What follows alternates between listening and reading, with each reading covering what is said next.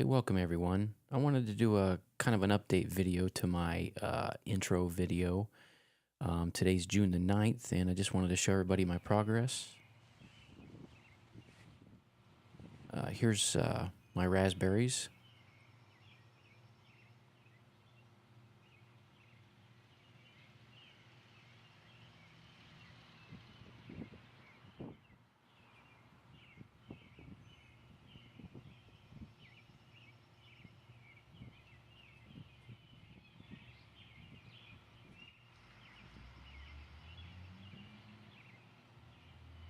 If you remember my intro video, these were new this year.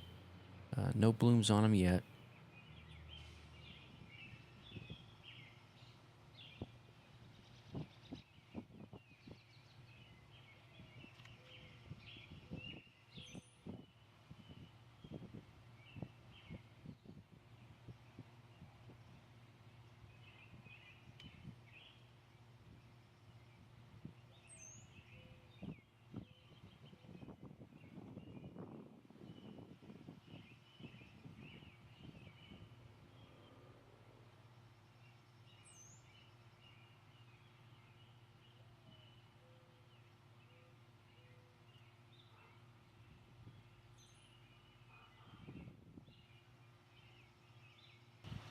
And here's my Fuji apple tree. This is brand new this year, and there are actually a couple apples growing on this thing.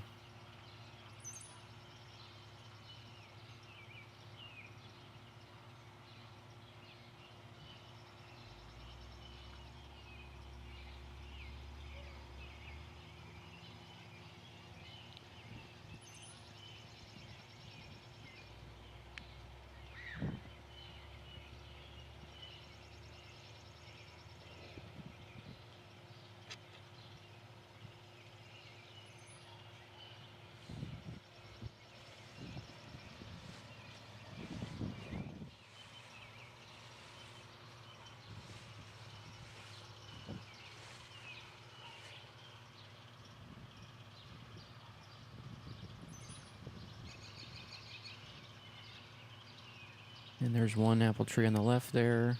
There's another one in the center. That's a Honeycrisp. And on the right, that's a Sweetheart cherry tree.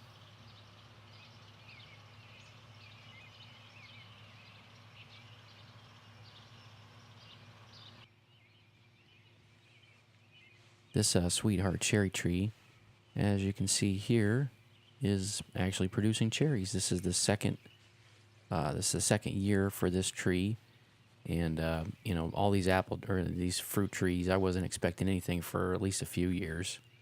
And actually getting some cherries. There's a nice one right there. So anything I get this year is kind of an added bonus for me.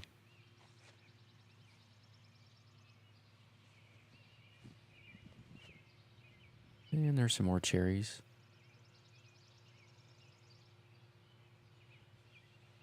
And if you can see, maybe on the ends of some of these branches, you can see that the leaves are kind of curled up, and that's because kind of had an aphid problem this year, and used some neem oil on the ends there, and it did a pretty good job at taking care of the aphids. But unfortunately, the leaves kind of stay curled like that.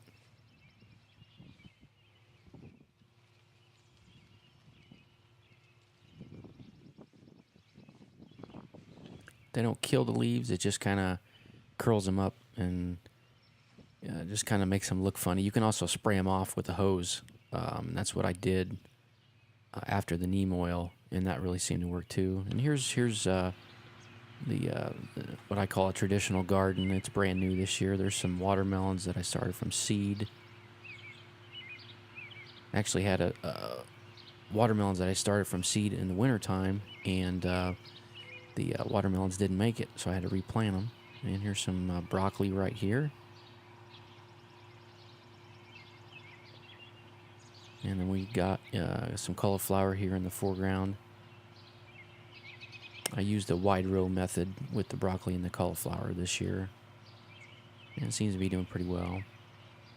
I did plant my cauliflower in this garden a little later than I would have liked, but there's one of the cauliflowers already harvested. You can see that's bare in the center there. The cauliflower didn't get as big as I would hoped this year, but like I said, it's probably because I started late.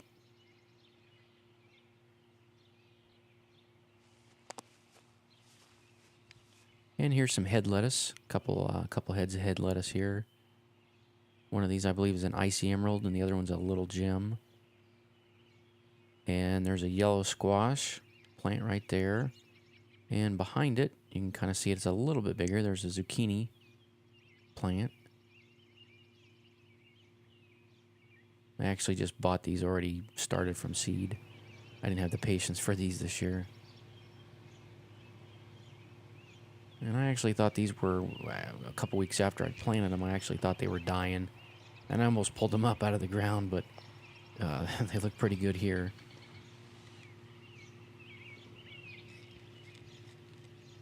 And you can see some zucchini in there. Hopefully some of those get pollinated.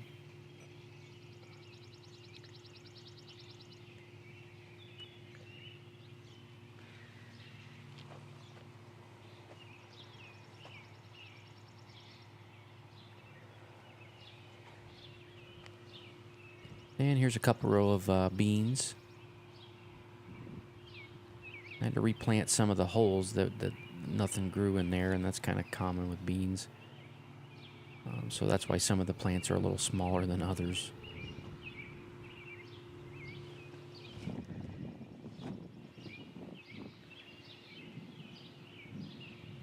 No flowers on any of these quite yet. I think they're pretty close though. And you can see there are some holes there. Last year I had a bean leaf beetle problem, and I actually sprayed some neem oil on these things, and it seemed to really do a good job at keeping the bugs away. I really haven't had a problem after that. After I noticed the initial holes, I sprayed the neem oil, and it's been pretty good so far, knock on wood.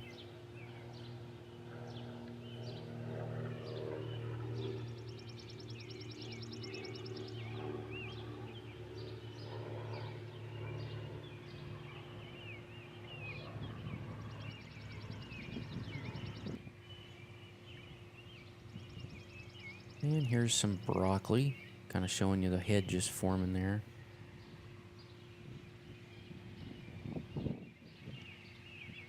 And there's actually a cauliflower. I don't think you can quite see a head there just yet.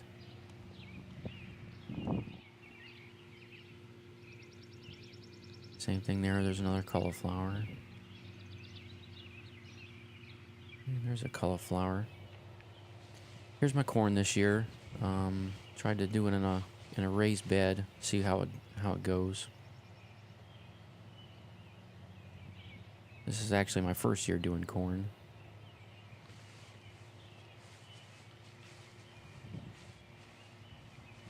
And I have this enclosed with a chicken wire fence because if you've seen my blog, you know I've got rabbit problems, squirrels too. They love to climb in these beds, but this is actually covered on all four sides.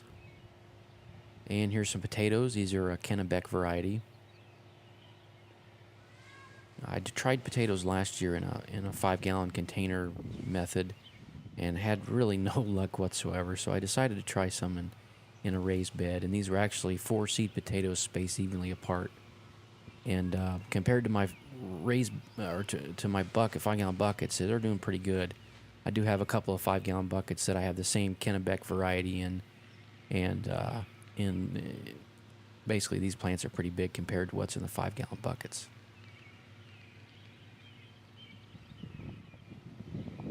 And here's kind of a bed of just kind of different varieties of lettuce and carrots and radishes, and there's some turnips in the corner. There's some carrots on the left, and there's some leaf lettuce on the right. That's a sweet salad mix.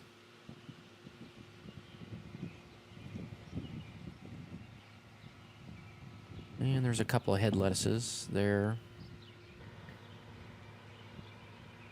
And there's some radishes right there. And then on the left there are some turnips.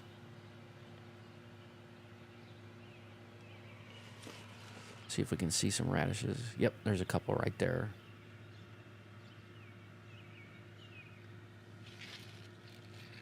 And there's some turnips.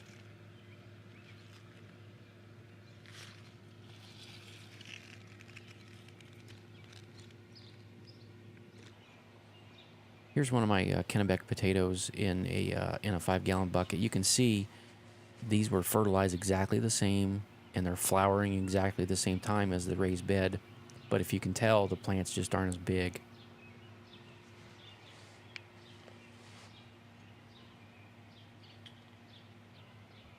And here's kind of a bed that I've got a blush tomato. There's 4 tomato plants on the left, and then on the right there's 4 hot peppers. There's 3 jalapenos, and this big one in the center here, that's actually a poblano pepper.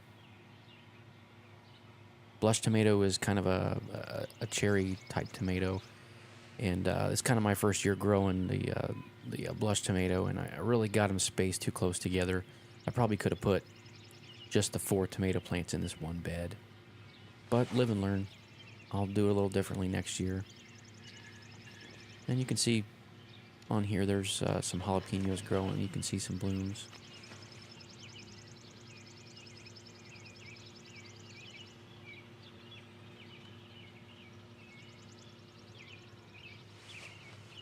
And this is the poblano plant. It's quite a bit bigger than the jalapenos. I don't know if that's just because of the location or if they're just normally like that.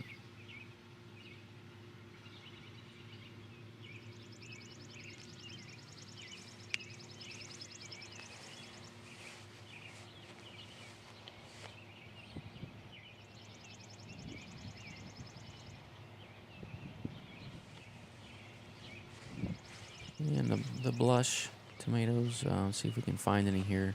It's kind of an elongated looking cherry tomato.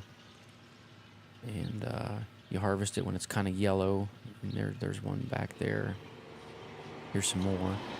You harvest it when the main part of it's yellow, but there's kind of streaks of red through it. That's why they call it a blush. But it's a really, really sweet tomato. It's almost like a grape or a pineapple. Here's another potato. And we get into the big size tomatoes. These 3 plants here, this is what are called super sauce tomatoes. This is a burpee variety, brand new this year. The tomatoes are supposed to get pretty big. It's basically a big Roma sauce type tomato. Can't really see anything on here quite yet. There's quite a bit of blooms though. And here, these are different types of tomatoes, like beefsteak tomatoes. Quite a bit of blooms. There's a few little tomatoes on here just starting. There's one right there.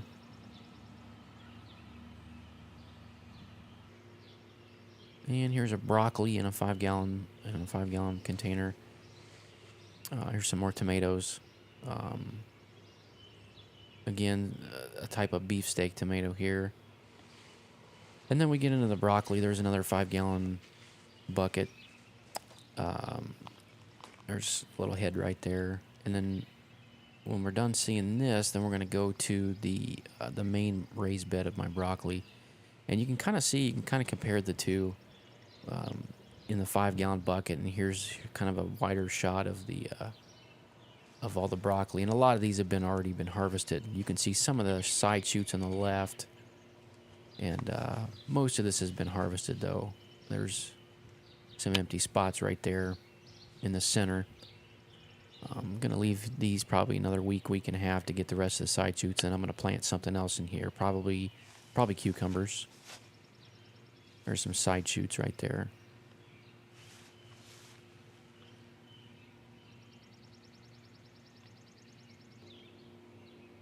And there's some dill in the container right there, and then here's some cabbage.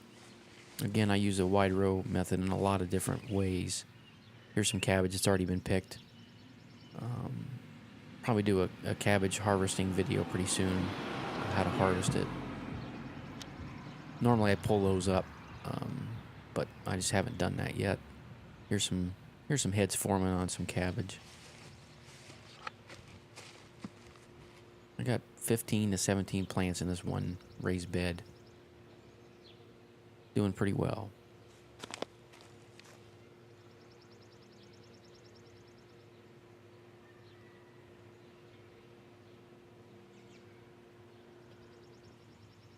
And here's some cilantro. I like to grow cilantro every year for salsas. And here's my little blueberry patch. I have four plants here, And there's actually some blueberries starting right here.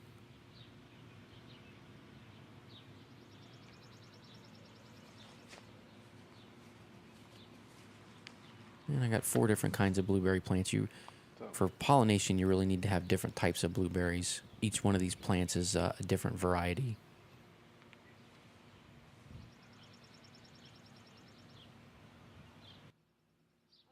And here's my onion bed. I've done a video on how to harvest the onion stalks. On the left is green onions. On the right is yellow onions. There's some more green onions in the container.